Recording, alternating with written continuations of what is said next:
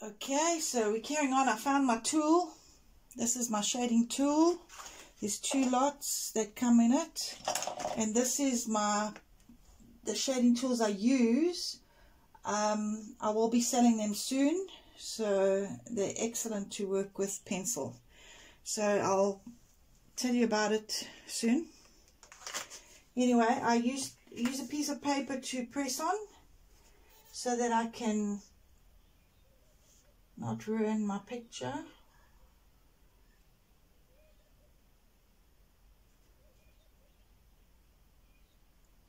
Tiny.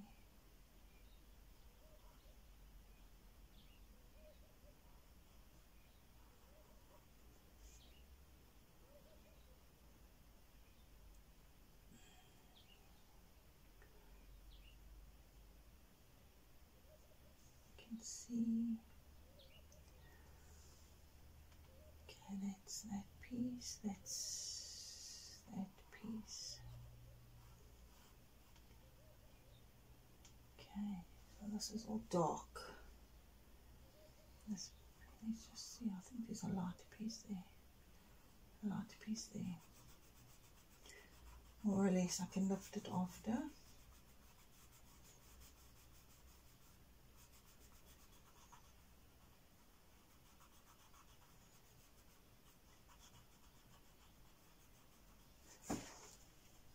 So I usually use a grid when I start working. This one I didn't. I used a light box. Graham, my partner's in printing, and I thought, let me just try with a light box, and I copied from there.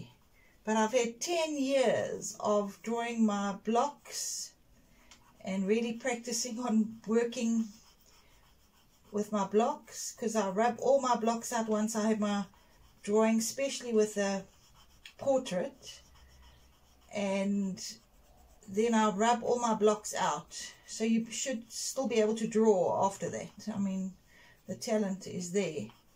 So this is just a different one with a light box, and it came out okay, my drawing. So then I use this little brush, and then I take the same brush and I see where it needs a lighter shading, and I shade where it needs just light shading. Okay, I can see it needs light shading there. I have done it here already. On the sides here, light shading, and the back, I just go around and do where I need to do a bit of light shading. Okay, I see here, light shading. Sorry, I've got my arm in the way. Light shading in here. So it just carries your shading through to where you are without, I still work on it afterwards, but it just gives me that tone I need, that lighter tone. These brushes are beautiful to work with. An African gentleman designed them, and he actually, I could draw, but I went for about just one lesson with him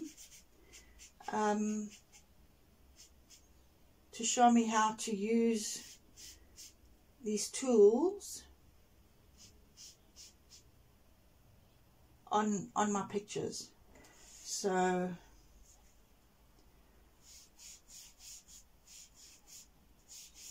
just bring shading in where it needs it, a little bit shading down here. The tire needs shading a little bit there. This piece needs shading. This piece needs shading. I see there's shading down here, shading here, and on the ground. So I'm just going to use what's on my brush to prepare my shading here. Quite dark in this area.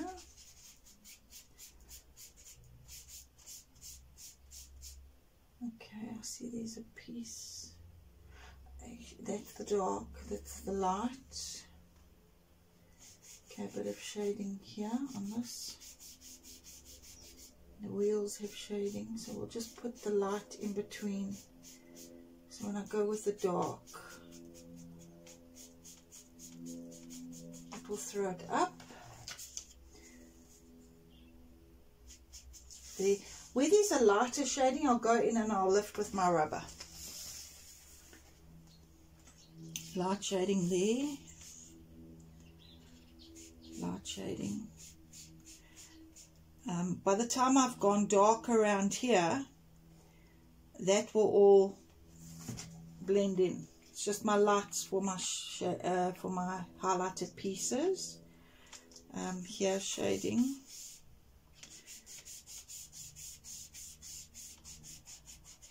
Okay, under the light is shading. I've done. Okay, so I'm going to carry on. There's a lot of dark pieces. Here, this is also shaded a bit, so I'm going to do that. And then work with that after.